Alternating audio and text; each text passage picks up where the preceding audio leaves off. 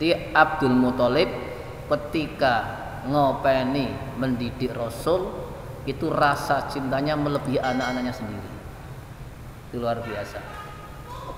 Maaf nggih, memang sampai hari ini pun yang namanya kakek, nenek, simbah, nek karo putu luar biasa cintane luwe-luwe. Putune baru pertama. Anak nomor 1 baru maju itu ya wis. Nek cara-carane Pak dikidung-kidung kok. Oh. Nek perlu gombrene bae karo simbah iki ngono wong loro maneh kembali loro. Kadang-kadang seperti itu kan. Para mek nang kene itu. Itu biasanya. Terus nomor 2. Walamma balagha umruhu sallallahu alaihi wasallam. Ini maaf, lam kalau dipatah macane la. Berarti sallallahu, tapi mung sallallahu. Bener dak? Iki wis umum lidah Jawa. Nabi Muhammad sallallahu, enggak ada sallallahu. Sallallahu. Bener kok? La, li, lu. Ya kan? Tambah berarti sallallahu. Bukan sallallahu. Nek bilang Allah. Oh, sallallahu alaihi wasallam. Samaniyah sanawat. Nah ini samaniyah. Kalau samaniyah muannas, samani mudzakkar. Allah semoga memberikan salam siapa Allah alaihi atas Nabi wasalama dan keselamatan. Umurnya sampai mana? Sampai samaniyah sanawatin 8 tahun. Jadi ketika usia Nabi 8 tahun mata sedo wafat. Siapa yang wafat? Jadduhu, kakeknya Nabi. Jadi sudah 8 tahun kakeknya wafat. Ba'daan kafalahu, setelah merawat Nabi. Kafalah, ngopeni sanatai 2 tahun. Jenengan tahu urutannya tarbiyah itu pertama ada ta'aruf ya po. Ini ada kafalah ki, takaful. Sudah tingkat tinggi takaful kan? Di atas tafahum, ya. Kalau sudah masuk takaful, oh, luar biasa. Artinya apa? Kebutuhannya apa saja diberesi. Ya. Butuh apa? Cung. Tidak cukup itu tapi diawasi, tidak asal ngasih. Jadi setelah dirawat, dikafalai oleh kakeknya 2 tahun, kakeknya wafat. Wis sayangnya. Usia 6 bulan bapaknya wafat, lahir 6 tahun ibunya. Diopeni oleh kakeknya 8 tahun, kakeknya wafat. Pak Malu Sopo. Kata orang kita kan Pak Malu Sopo. Nah, bagaimana posisi setelah kakaknya wafat? Nomor 3. Fawassa'allahu rizqahu. Ini termasuk keberkahan. Wa ba'da wafati jatihi, dan setelah wafat kakeknya Nabi, kafalahu, maka ngopeni, ngerawat, ngurusi, beresi, memenuhi segala kebutuhannya Nabi. Siapa? Amuhu, pamannya Nabi, namanya Abu Thalib. Ini seorang paman yang mati-matian membela Nabi, wafatnya belum Islam. Yang Rasul sangat sedih ini. Jadi Rasulullah SAW menjelang wafat pamannya ini sangat luar biasa. Jadi kalau hari ini kan orang nazak mau mati kan dijogo keluarga. Sampai Rasul itu jogo, ya paman, kul la ilaha illallah. Paman, ucapkan kalimat la ilaha illallah. Sebelah Abu Lahab, pamannya juga kan, stop. Ojo inut Muhammad we. Tidak jadi. Lagi, ya paman, la ilaha illallah. Abu Lahab we, ojo. Ini sejarah sirah untuk iktibar kita. Pamane Nabi yang ngurusi Nabi ngopeni sampai mempertaruhkan nyawanya. Ketika Rasul mau dibunuh oleh kaum Quraisy, kata pamannya, kowe pak mateni ponakanku, pateni dhisik aku. Nek iso cara saking nglangkai bangkeku, silahkan keponakanku. Kan entek-entekan. Tapi pada saat mau wafat belum ucapkan kalimat tauhid la ilaha illallah. Sehingga Rasul sangat menggebu-gebunya. Nah, ini namanya teguran Allah. Jadi seolah-olah kudu anut aku, kudu bisa mengucapkan kalimat syahadat. Lanjut nomor 4. Wakana.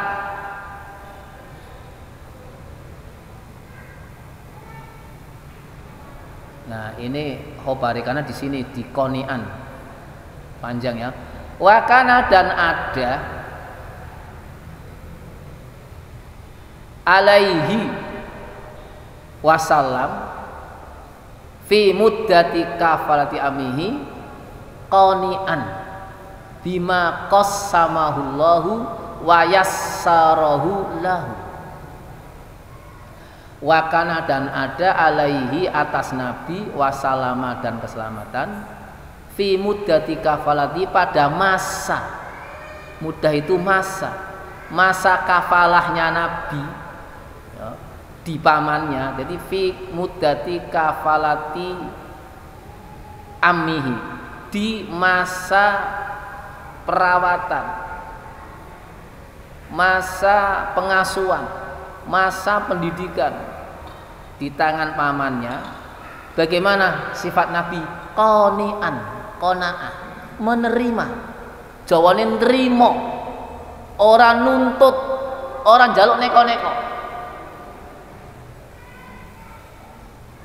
Bima dengan materi, barang, makanan, pakaian, sak macam-macamnya. Qasama yang telah memberi kepada siapa? Pamannya Allah Ta'ala.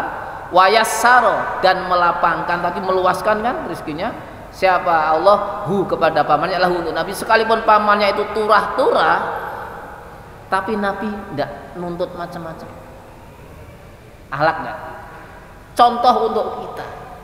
Oh ternyata Nabi sekalipun pamannya yang begitu luar biasa, kalau bahasa ini itu kaya raya, sakdet saknyet nek pak njaluk cung mesti dikasih. Tapi Rasul enggak. Makan pagi sego megono tempe, alhamdulillah, bahasa sini ngono mangane ora ngerti. Alhamdulillah Bu. Jadi anaknya nurut. Itu Rasulullah. Karena apa? Karena tadi pamannya ketika begitu rasanya cinta betul-betul muncul dari lubuk hati. Ketika pendidikan tarbiyah itu dari hati, akan nembus ke hati. Maaf kembali sedikit ke belakang. Jenengan maaf bagi yang sudah bersuami istri, dulu nikah karena cinta atau karena emosi? Karena cinta. Benar? Ya. Karena cinta terjadi pernikahan dua jenis kelamin. Ayatnya wa ja'ala bainakum mawaddatan warahmah.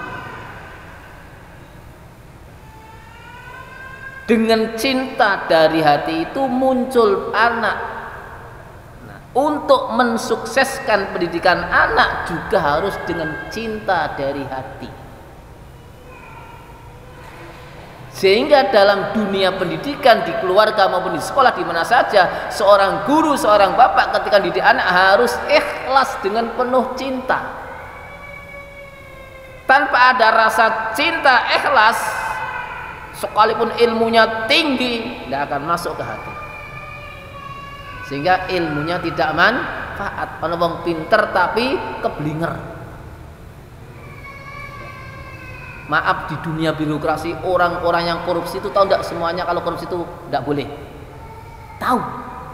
Bahkan kelarang jangan korupsi, tapi korupsi diri.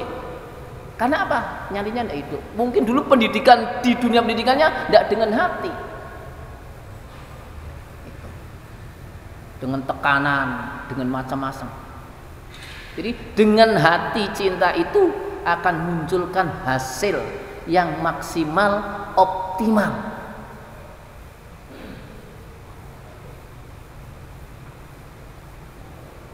Nah, bisane hatine resik, cintane bersih, namanya tazkiyah kok. Nah, buka surat Al-Jumu'ah ayat 2 kok. Ini biasanya gue dunia pendidikan pakai dalil iki. Makanya Menteri Pendidikan atau Menteri Agama nyekel surat Al-Jumu'ah ayat 2, Indonesia Gul, Jaya, Indonesia Raya, bangunlah, jiwanya akan top. Bunyinya gimana? Surat Jumu'ah ayat 2. Hah? Ayat 2, yusabbihu lillahi ma fis samawati wal ardi. Terus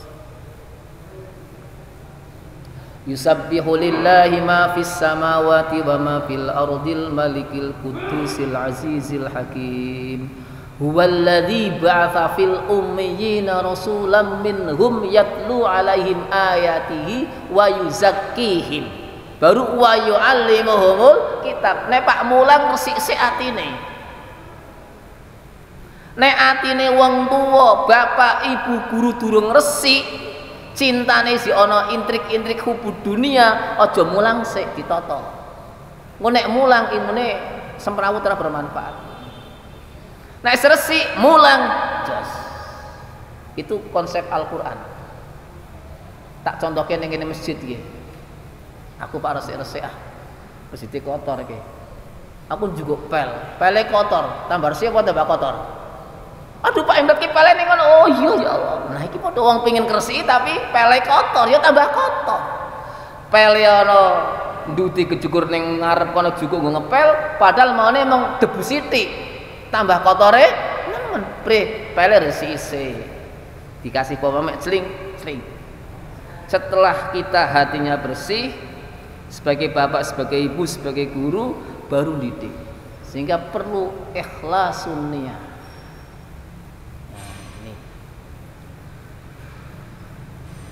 Pertanyaan terakhir, man qama bitarbiyatihi ba'da wafati umi, siapa yang beresi pendidikan Nabi setelah ibunya wafat? Siapa? Pamannya. Nek sing kakeknya, setelah ibunya kakeknya. Nah setelah kakeknya baru pamannya. Terus nomor 2, mata tuwfiya jadduhu, kapan kakeknya wafat? Usia Rasul 8 tahun, di kakeknya hanya 2 tahun. Nomor 3, man kafalu ba'da wafati jadi, siapa yang merawat, ngurusi Nabi, mendidik macam-macam setelah kakeknya wafat? Baru pamannya. Terus yang keempat, kaifa,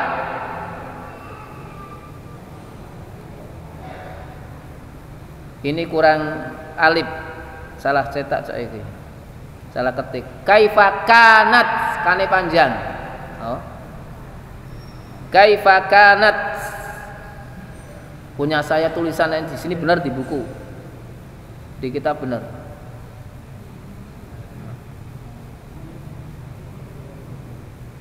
Jadi kaifa kanat haluhu. Nah, hal itu keadaan, ekonominya, keluarganya, hal. Bagaimana keadaan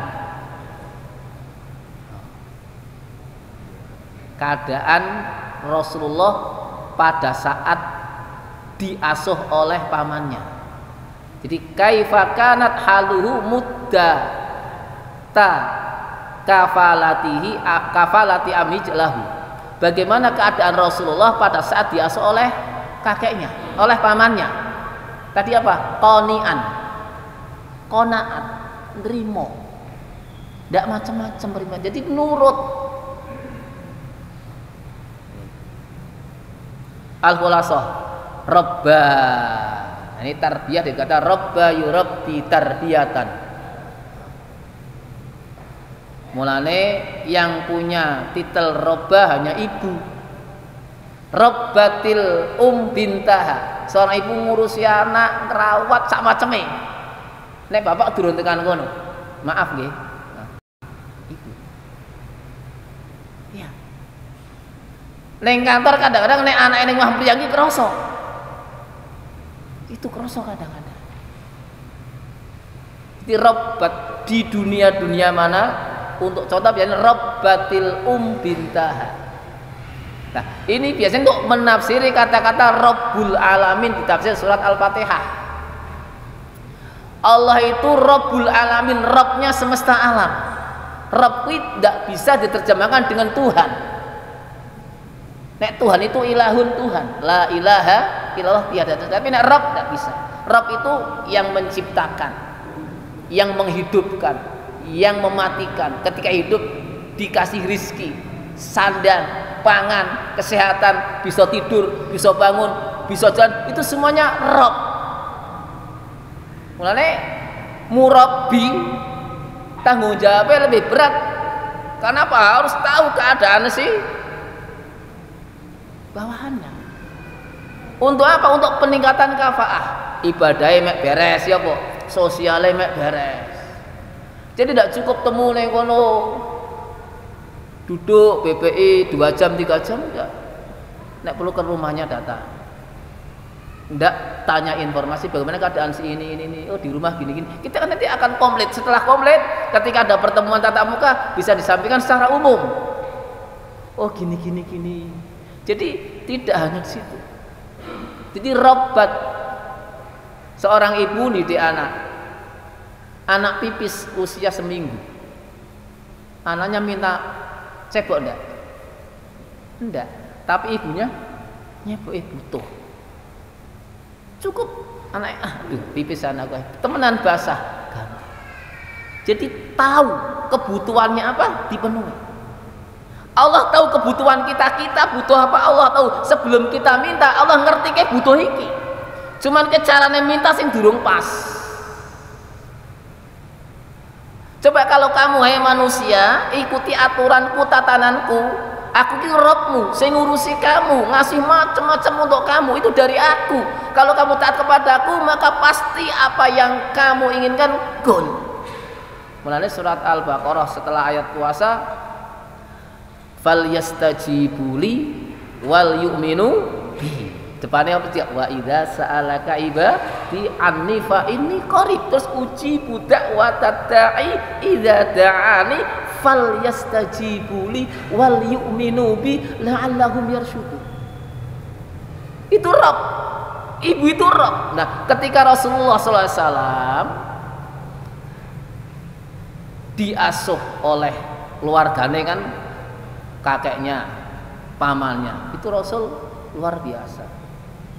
Urut. Wa tuwfiya jadduhu wa umru samaniya sanawat. Wa kafalu amu wa kafalahu amuhu. Terus wa abuhu Abu Thalib. Wallahu alam bisawab. Subhanakallahumma wa bihamdika asyhadu an la ilaha illa anta astaghfiruka wa atubu ilaik. Semoga kajian kita bermanfaat. Kalau punya mohon maaf, nanti tanya jawab setelah kita tutup. Wassalamualaikum warahmatullahi wabarakatuh. Silakan, ada yang mau ditanyakan, monggo. Ada berikutnya Mbak jawab, silakan mau bertanya.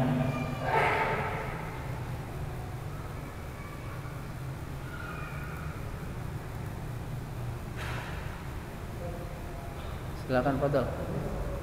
Gratis.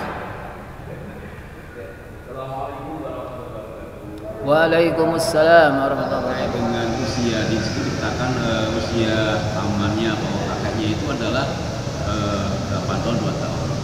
Di dalam sirah itu ada nggak yang menyatakan pada saat mengasuh Rasul itu usia pamannya berapa umurnya itu Pak? Dalam arti apa Pak? Katakanlah Pak 50 tahun atau 60 tahun itu langsung gitu. Usia pamannya kan itu kan dikatakan 2 tahun gitu. Kemudian ya pamannya 8 tahun. Usia Sarah itu berapa? Yang kedua, terkait dengan Rasulullah itu kan orang yatim yang luar biasa. Realitas kehidupan kita, anak-anak yatim justru ini ya, Indonesia dalam tanda petik banyak akalnya lah, banyak akalnya sehingga butuh kesabaran dan keikhlasan kita. Jadi di dalam masa kampung itu banyak anaknya justru malah ini banyak ada masalah lah. Jadi kaitannya gimana? Kalau Rasulullah gitu kayak gini nih. ada suatu perbedaan yang jauh gimana? Terima kasih. Yang pertama, ngasuh Rasul kan tahu itu sekian tahun usia berapa. Insya Allah kalau kita buka kitab Firah pasti ada. Mau itu sejarah, ya. Pasti ada usianya berapa. Cuman walau alam konkretnya berapa kan sudah tidak tahu semua. Tapi kalau kita buka nanti insya Allah kita cari referensi usia pamannya berapa itu ada kalau mau dirinci. Sebab biasanya orang-orang dulu ini kan berarti kan belum ada pencatatan sejarah kan, oh isi dari tok itu memang orang-orang Arab itu daya ingatnya kuat. Itu diantara kelebihan kenapa Allah Subhanahu Wa Taala menurunkan Al-Quran di Jazirah Arab, karena orang-orang Arab itu daya hafalannya kuat. Beda dengan kita orang Jawa, wallahu alam bisawab. Terus yang kedua, anak-anak yatim hari ini kok kalau melihat saat ini kan jauh ya. Dulu kok naon. Sebetulnya anak-anak itu tidak ada yang nakal. Kata siapa? Kata dunia anak. Benar enggak? Kata dunia kita kayak nakal, gelutan. Kata anak enggak. Mau kayak nakal itu aku males kok. Ya Allah. Jadi belum sampai ilmunya. Oleh karena itu, sebagai pengasuh anak yatim, orang tua siapa saja ketika menghadapi anak seperti itu, apakah anak yatim atau anak bukan yatim, anaknya sendiri atau orang lain, kita ketika menghadapi anak yang menurut orang umum anak nakal, bukan dengan anak belum tahu, kita luruskan. Saya tidak pernah ngomong anak nakal. Saya sejak 96 2005 2006 saya ngurusin anak yatim sampai hari ini. Saya katakan tidak ada anak yatim yang nakal. Sebenarnya ada orang mau ngajar tempat saya katakan anak-anak itu tidak nakal. Cuman dunia kita yang belum sampai ke sana. Iya. Tidak nakal. Karena kalau menjadi kenapa kamu saya dianuin dulu, saya malas apa? Ya kok. Bela enggak? Bela. Saya bilang kamu nakal, kudune sabar karena malas dendam. Itu kalau kita sudah paham. Ayat ini baca wal kadhiminal ghaidha wal afina 'anin nas. Mun es tekan pelajarannya, oh ini kan segitu. Cerita positif. Jangan pakai dunia saya selaku bapak, selaku orang tua. Nakal kabeh bocah. Kayak nguyuh ngatuk bocah nakal temen. Nah, udah ngerti, udah tuturi wong tuane. Itu. Ini yang saya alami, ya. Sehingga saya katakan tidak ada anak berantem kayak misalnya. Saya kalau anak berantem tidak pernah manggil orang tua. Tak omong itu. Kamu semuanya di sini anak-anak baik-baik kabeh. Tujuanmu baik. Kamu benar ya kamu salah, kamu benar ya kamu salah. Jadi kamu ingin jadi orang yang baik. Saya yakin kamu sih belum tahu kalau ngantem yang diantem sakit. Coba kowe tak antem pri loro, panganteman yang enggak. Padahal cakep-cakep nyaker kene, coba cakep sakit enggak sakit, kamu dicaker gimana sakit? Sudah. Besok lagi diulangi lagi enggak. Sudah selesai salaman. Saya bilang minta maaf ya kalau saya keliru, tak salami, tak lambung lagi selesai wis. Jadi closing akhir ketika kita nengani anak apa yang greget bang, akhirnya apa? Kita minta maaf sama anak. Nak kalau yang saya sampaikan tadi saya minta maaf, yang saya juga manusia. Salaman maaf. Wah anaknya roh kita ki biasa. Kalau kunjungan tinggal lu ngok, roh duh Pak Amir galak ki. Karena apa closing akhirnya sih serem. Jadi closing akhir itu harus clear. Jak salaman, rangkul-rangkulan apa? Anak seneng impor. Oh itu. Buah aku rata neng sekolah pendidikan BK, tapi yang saya alami seperti itu. Jadi ketika hadapi anak, nih, alhamdulillah, memang perlu sabar Pak Aziz, sabar. Pakai dunia anak, jangan dunia saya. Kalau tekan dunia sesaya akan terjadi sendiri. Jadi memang untuk perlu diulur ususnya, sing tuwa. Apalagi ini yang masih muda, punya anak-anak muda, semakin anak-anak masih kecil-kecil semua kan, masih di rumah kakak ngadi anak loro. Kene neng omah, pribu, Iya. Nek lunga kangen do ning omah macam-macam. Iku bocah. Ya apa, Pak? Itu. Nah, Pak nek pakai dunia itu nikmat. Itulah keindahan dalam berkeluarga. No? Jadi ngurusi anak yatim luar biasa. Harus sabar, tabah. Buka bahasanya ayat Al-Imran 200. Ya ayyuhalladzina amanusbiru wasabiru warabitu. Terus wattaqullah ayat la'allakum tuflihun. Ingin sukses, sabar, tabah, ulek, tahan banting, pantang menyerah. Sakura Pak ngopen niku tak ulu gawe bareng wong tuamu gah. Nah, menyerah ki arane. Tidak boleh. Demikian cukup, masih ada satu lagi, monggo.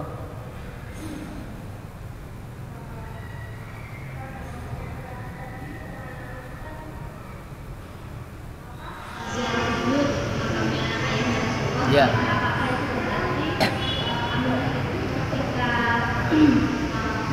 Suaminya sudah meninggal hidupnya dengan keluarganya ayahnya Rasulullah yang pertama yang kedua Muhammad itu sepertinya kalau Rasul masih hidup ya setelah Rasulullah dia akan menjadi Rasul sampai kemudian beriman kepada Allah juga ya masuk Islam juga ya. Tapi saat itu Muhammad itu apakah masih muda atau seumuran dengan ibunya Rasulullah? Jadi ya terima kasih. Jadi maaf ini contoh kita saja contoh. Saya punya istri. Terus istri saya hamil 6 bulan, wafat saya. Kan saya juga punya rewang ternyata. Ketika saya wafat, rewangnya masih dalam saya kan? Sudah serumah. Jadi rewang itu tetap ya kan sudah berumah sendiri. Nah, otomatis berarti rewangnya ya bersama dengan istri saya yang masih hidup. Terus anak lahir ikut ngopeni kan? Terus sehingga Ummu Aiman dengan Rasul berarti kan deket itu. Karena kan sejak lahir dia ikut bareng serumah ngopeni. Sampai dia nganter ziarah pulang. Usianya berapa wallahu a'lam. Ini juga perlu referensi dibuka lagi usianya berapa. Karena di sirah-sirah tidak menyebutkan usia-usia secara rinci.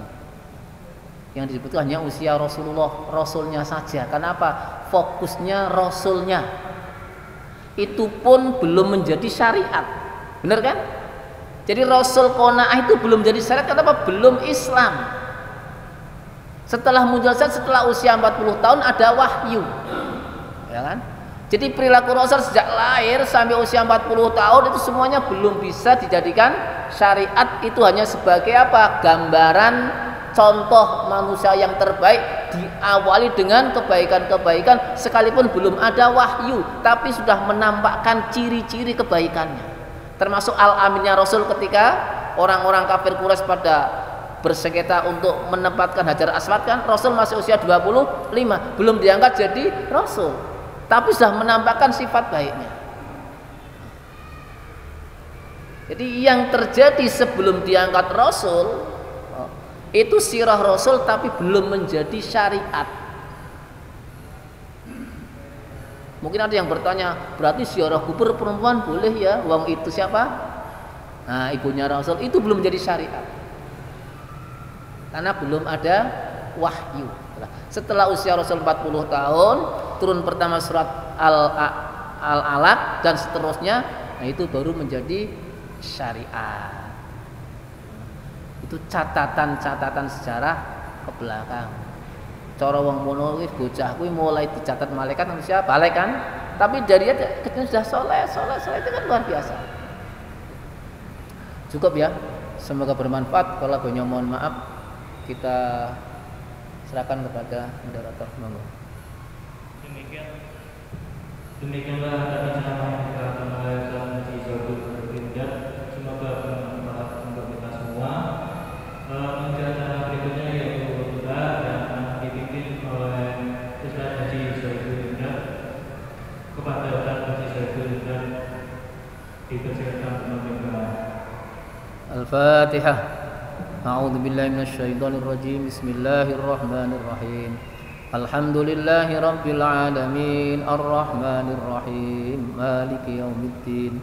Iyyaka na'budu wa iyyaka nasta'in. Iyyaka na'budu wa iyyaka nasta'in. Iyyaka na'budu wa iyyaka nasta'in. Iyyaka na'budu wa iyyaka nasta'in. Iyyaka na'budu wa iyyaka nasta'in. Iyyaka na'budu wa iyyaka nasta'in. Iyyaka na'budu wa iyyaka nasta'in. Iyyaka na'budu wa iyyaka nasta'in. Iyyaka na'budu wa iyyaka nasta'in. Iyyaka na'budu wa iyyaka nasta'in. Ihdinas siratal mustaqim. Siratal ladzina an'amta 'alaihim ghairil maghdubi 'alaihim waladdallin. Amin. Allahumma shalli ala Muhammad walhamdulillahirabbil alamin. Ya Allah ya Karim ya Rahman ya Rahim. Ya Allah, tunjukilah kepada kami jalan yang lurus ya Allah. Berikan kepada kami maghfirahmu, ampunanmu, taufik dan hidayahmu ya Allah. Jadikanlah kami, keluarga kami, saudara-saudara kami dan umat ini termasuk golongan hamba-hambamu yang soleh, diberkahi umur, sandang, pangan, kesehatan. Jadikan keluarga kami sakinah, mawaddah, warahmah. Anak-anak kami, anak-anak didik kami dan anak-anak bangsa ini jadi anak yang soleh solehah. Amin ya rabbal alamin. Rabbana atina fid dunya hasanah wa fil akhirati hasanah wa qina adzabannar. Wa sallallahu ala Muhammadin walhamdulillahi rabbil alamin. Amin ya rabbal alamin.